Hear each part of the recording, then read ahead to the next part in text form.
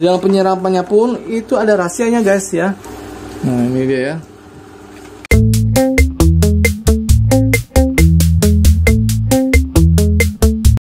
Cara merawat tanaman hias peace lily agar subur dan terus berbunga. Nah, buat teman nih para pencinta tanaman hias indoor atau semi indoor, dimana pengen merawat sebuah tanaman hias tidak hanya cantik tapi juga menyehatkan. Nah, ini ada salah satu tanaman hias yang saya sangat sukai yang saya tanam di rumah, yaitu tanaman hias peace lily.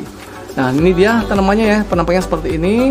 Daunnya berwarna hijau, agak sedikit bergelombang ya, seperti halnya tanaman gelombang cinta zaman dulu tuh. Lalu ada bunganya, yang paling cantik adalah bunganya ya. Nah, ini dia. Nah, itu cantik sekali ya. Tanaman peace lily ini bisa menyerap polutan di udara guys. Jadi kalau teman-teman mungkin tinggal di pinggir jalan raya di mana baik terdapat asap-asap kendaraan ya, ataupun di rumah ada yang suka merokok. Nah, bisa menanam dari taman-taman peace lily ini beberapa sudut di ruangan rumah kita agar tidak hanya cantik tapi juga lingkungan yang sehat guys. Untuk cara perawatan gimana sih? Karena beberapa teman untuk merawat tanaman hias peace lily ini banyak yang gagal, diantaranya misalnya tidak mau berbunga ya. Selain tidak mau berbunga juga daun-daunnya itu biasanya pada mengering, samping-sampingnya mengering, kecoklatan hingga biasanya daunnya itu layu, tidak kaku ya, kokoh seperti ini, dia cenderung turun ke bawah. Nah, makanya dan kemana-mana tonton video ini sampai selesai guys. Banyak kalangan beberapa pecinta tanaman hias peace lily ini sangat bingung, yaitu peace lily ini sebenarnya taruh di full terkena matahari langsung ataukah ini bisa dijadikan taman indoor, yaitu tidak terkena matahari langsung. Nah, saya akan membahas lebih detail ya untuk hal ini. Pertama saya akan membahas untuk dari media tanam dulu nih. Media tanam yang saya pakai ini saya menggunakan unsur sekam mentah ya dan tanah perbandingan 1:1, lalu ada setengah bagian dari pupuk kandang atau pupuk sapi, boleh dicampur ya. Nah, itu untuk media tanam dari tanaman peace lily ini. Karena ini tanaman yang berbunga, jadi saya tentunya akan memberikan unsur tanah di media tanamnya. Nah, untuk peletakannya, karena tanaman hias peace lily ini itu berbunga seperti ini ya, kita mengharapkan bunganya itu terus tumbuh, maka perlakukanlah dia yaitu terkena sinar matahari dari pagi sampai siang aja guys. Ataupun kalau pengen dari pagi sampai sore terkena sinar matahari langsung, bisa di bawah paranet, tidak terlalu terik mataharinya sehingga nanti tidak akan mengakibatkan daun-daunnya jadi terbakar. Kenapa harus diberikan sinar matahari sih? Karena pemberian sinar matahari itu akan berpengaruh pada kelanjutan dari munculnya bunga-bunga baru ya. Nanti kalau sini udah mengering, kita pangkas untuk batang dari si bunganya ini, itu sekitar sebulan atau 2 bulan ke depan akan nongol bunga baru seperti itu. Lalu daun-daun juga semakin rimbun, kokoh, tidak layu karena terkena matahari pagi sampai siang. Itulah rahasia peletakan dari tanaman peace lily. Nah, untuk penyiramannya 2 hari sekali ya. Untuk peace lily ini itu diberikan air biasa aja ya, disiram per 2 hari sekali. Nah, lalu untuk pemupukan nih, jangan kemana ya, saya akan berikan tips detail dari teknik pemupukannya agar semakin subur, daunnya rimbun seperti ini dan terus berbunga.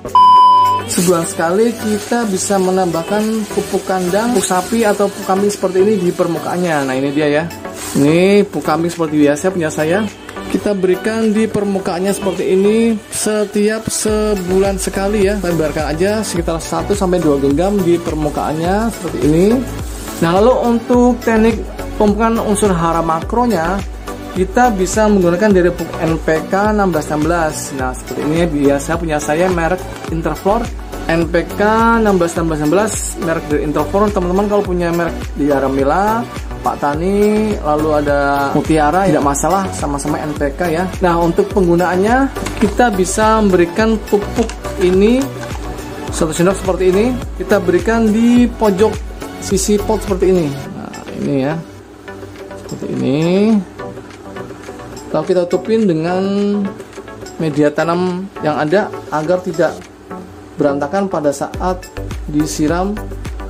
Ingat, kita memberikan pupuk NPK-nya di bibir pot ya, di samping sisi pot seperti ini agar tidak mengenai ke akar langsung yang nanti bisa berisiko tanaman menjadi mengering karena sifat NPK biasanya panas ya karena pupuk kimia. Nah, kalau seperti ini kita bisa melakukan pemupukan organik. Nah, ini dia.